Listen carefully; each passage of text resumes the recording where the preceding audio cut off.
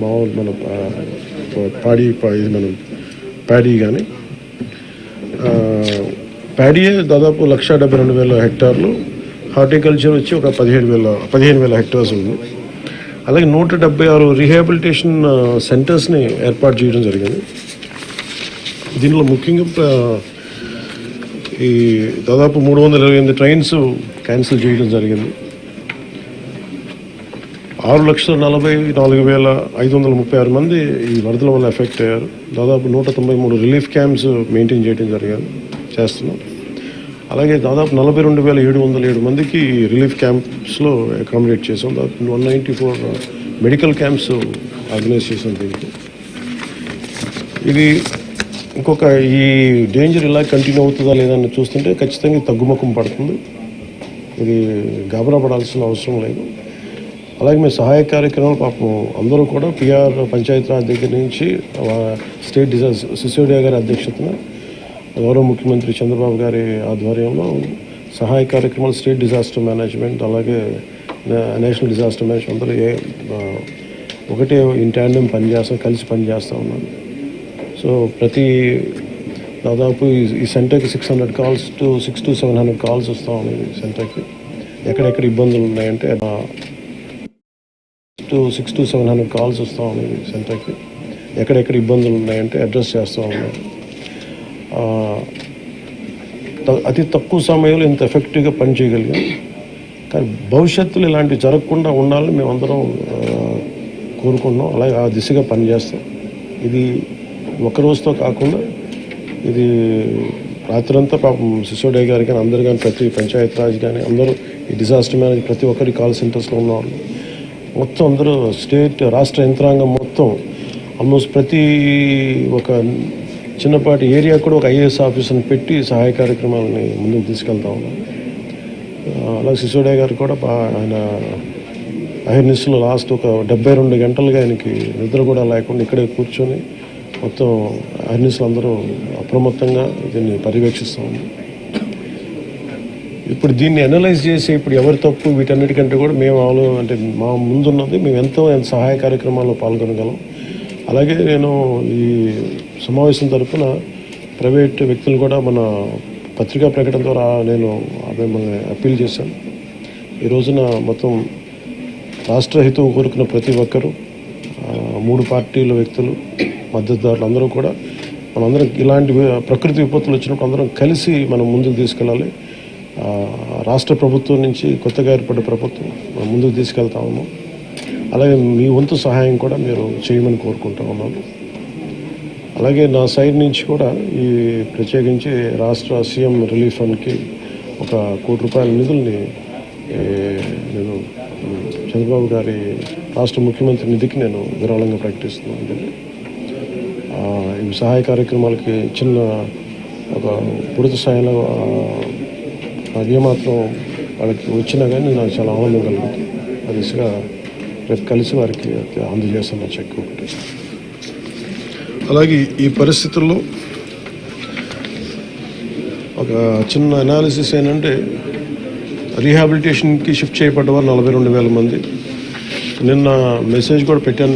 R&RB రోడ్స్లో కూడా దాదాపు 1,808 కిలోమీటర్లు డ్యామేజ్ అని ఒకటి కరెక్ట్ చేసుకోవాలి, దాన్ని దృష్టి పెడుతున్నాం.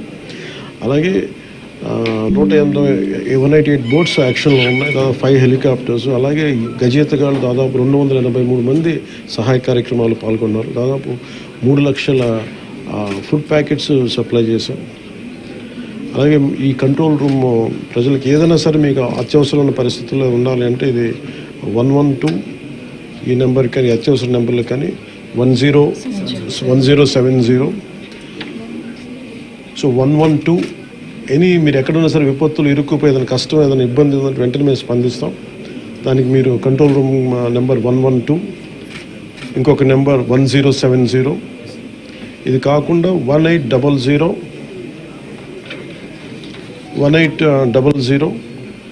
4250 101. మళ్ళీ రిపీట్ చేస్తాను. కంట్రోల్ రూమ్ నెంబర్స్ ఒక ఈ ఫోన్ కన్నా చేయండి, లేదంటే 1070కి ఫోన్ చేయండి. ఇది కాకుండా 3వ నెంబర్ 1800 425 0101. మీరు ఈ కంట్రోల్ రూమ్కి చేసిన మీకు ఏ సహాయ కార్యక్రమం ఎక్కడున్న విపత్తులు మీరు ఇరుక్కుపోయినా కానీ మేము వెంటనే తక్షణంగా స్పందిస్తాం తెలియజేసుకుంటే, అలాగే దాదాపు 80 కోట్ల రూపాయలని జిల్లాలకి ఈ రిలీఫ్ అండ్ రీహాబిలిటేషన్కి విడుదల చేయడం జరిగింది. అలాగే ప్రతి ఒక్కరూ కూడా ప్రభుత్వం అభివృద్ధిని కాంక్షించే ప్రతి ఒక్కరూ కూడా నేను ఇదే కోరుకున్నా. ఈ ప్రకృతి విపత్తు సమయంలో ఇది నిందల కంటే కూడా ప్రజలకు మనం ఎలా చేయాలనే దృష్టిలో పెడతాం. భవిష్యత్తులో ఇలాంటి జరగకుండా ఉండాలంటే ఎలాంటి చర్యలు తీసుకోవాలని మేము క్యాబినెట్లో చర్చించి గౌరవ ముఖ్యమంత్రి గారి దృష్టికి తీసుకెళ్ళి దీనికి ప్రతి సిటీకి ఒక మాస్టర్ ప్లాన్ తయారు చేయాలి. ఫ్లడ్ మేనేజ్మెంట్కి ఒక మాస్టర్ ప్లాన్ ఉండాలి. అందుకని ఆ దృష్టిలో పెడతాం భవిష్యత్తులో. Thank you. అంటే ఇది ముందు రోజే అనుకున్నాను. యాక్చువల్గా ఇది మా దృష్టికి ఏంటంటే ముందు 1వ తారీఖు అనుకున్నప్పుడు అందరూ ఏమన్నారంటే మీరు వస్తే ఇది మాకు ఈ రిలీఫ్ ఆపరేషన్స్కి ఇబ్బంది అయిపోద్ది, మాకు దయచేసి మీరు ఈ రిలీఫ్ ఆపరేషన్కి అడ్డం అయిపోతారని చెప్పేసి వారి సూచన మేరకు నేను ఆగిపోవాల్సి వచ్చింది. ఇప్పుడు కూడా ఒకసారి వాళ్ళ నిర్ణయం తీసుకొని వాళ్ళు టేక్ కాల్ వెళ్తే అది సహాయపడాలి, కానీ మళ్ళీ ఇంకొక కేయాటిక్ మీకు తెలుసు కదా, అందుకని దాన్ని దృష్టిలో పెట్టుకుని కొంచెం తటపాయిస్తున్నాను. అంతకుమించి లేదు, కొంచెం ఇబ్బంది లేదంటే ముందు మెయిన్ అధికారులు పాపం గత 72 గంటల నుంచి వాళ్ళు నలిగిపోతారు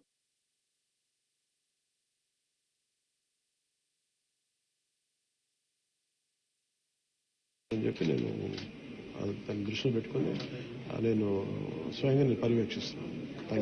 4 రోజులుగా పవన్ కళ్యాణ్ ఉప ముఖ్యమంత్రి రాలేదు, ఎక్కడ వెళ్ళని చెప్పి విపక్షాలు ఆరోపణ చేస్తారు, బాధితులు పట్టించుకోలేదని చెప్పేసి ఆరోపిస్తున్నారు. సార్ ఏం చెప్తారు?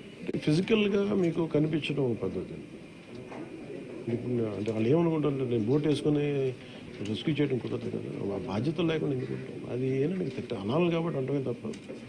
ఎంటైర్ మీరు చూస్తే మా పిఆర్ మెషినరీ, మన పిఆర్ పంచాయతీరాజ్ మెషినరీ మొత్తం ఎంటైర్ వర్క్ చేస్తాం మా సైడ్ నుంచి. అంటే అట్లే కదా సార్, ధైర్యం చెప్పడానికి కూడా రాలేదని చెప్పేసి వాళ్ళు ఆరోపణ చేస్తున్నారు కదా, అది నేను అట్లా అనుకోవట్లేదండి. అంటే ఏమైపోతుంది, ధైర్యం చెప్పడానికి వెళ్ళి ఒక్కసారి మీద పడ్డారు అనుకోండి. పరిస్థితులు ఎలా ఉన్నాయంటే నేను మొన్న పింఛా డ్యామ్కి దీనికి వెళ్ళాను. నేను వెళ్ళి సహాయ కార్యక్రమం అంటే నేను ఒక ప్రత్యేకమైన పరిస్థితుల్లో ఉన్నాను, అది మీరు అర్థం చేసుకోవాలి. ఇప్పుడు నేను వెళ్ళి కూర్చుంటే వెళ్ళిపోదని రెస్క్యూ ఆపరేషన్స్కి ఇబ్బంది కలగకూడదన్నది ఒకటే నన్ను, ఆ సూచన ఒకటి నన్ను ఆపినాను, అంతమించి వేరే అనుకోలేదు.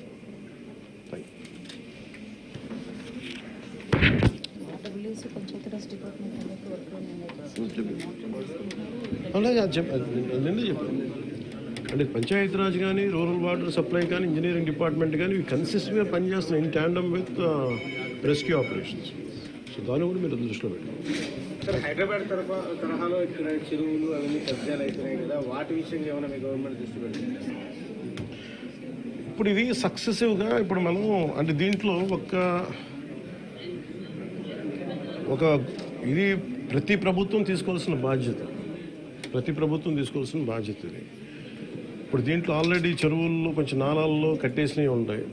అసలు ముందస్తుగా వ్యవస్థలు కనుక చాలా బలంగా పనిచేస్తుందంటే పర్మిషన్స్ లేకుండా ఎప్పటికప్పుడు అది ఒక విచిత్రమైన పరిస్థితుల్లో అందరం వదిలేస్తాం, నీళ్ళు రావట్లేదని. ఎఫ్టీఎల్లో ఇప్పుడు మన హైదరాబాద్లో కూడా చూస్తున్నాం కదా, ఫుల్ ట్యాంక్ లెవెల్లో ఉన్న చోట్ల రావాలని చెప్పి లాస్ట్ 20 yearsలో రాలేదని చెప్పి ఇల్లు కట్టేశారు. ఎప్పుడో సరదాగా మనం అది ఎప్పుడు ఈ జలవనరుల శాఖ ఎప్పటికప్పుడు ఇది కట్టద్దు, పర్మిషన్స్ ఇవ్వద్దు అని అంటుంది మళ్ళీ. కానీ దాన్ని స్థానిక మున్సిపాలిటీలు కావచ్చు, కార్పొరేషన్స్ కావచ్చు ఇచ్చేసిన పరిస్థితుల్లో మీరు హైదరాబాద్ చూస్తున్నారు. మనకు కూడా అలాంటి పరిస్థితులు ఉన్నాయి. ఇది సక్సెసివ్గా జరుగుతూ ఉండింది. దీన్ని ఎట్లా అడ్రస్ చేయాలనేది ఇది ఒక సోషల్ ఇష్యూ కూడా అవుతుంది. సో దీన్ని ఎలా చేయాలి, కొంత ఎడ్యుకేట్ చేసి కొంత అవగాహన తీసుకొచ్చి ఒక ప్రత్యామ్నాయం కల్పించి దీన్ని ఖచ్చితంగా అడ్రస్ చేయాలి, భవిష్యత్తులో ఖచ్చితంగా అడ్రస్ చేయాలి.